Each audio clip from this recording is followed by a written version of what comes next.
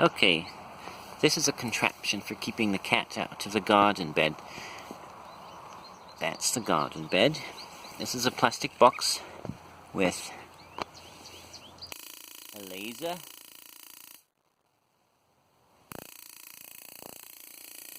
and a photodiode, and you can see the laser beam is right on the photodiode. The laser goes out this lens here, along here, to that mirror, to this mirror, and to this mirror.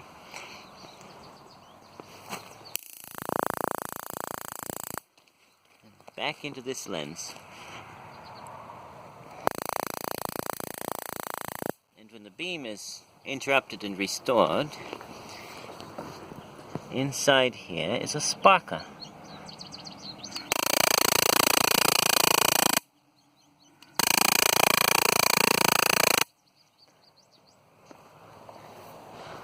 It makes a scary sound to keep the cat out.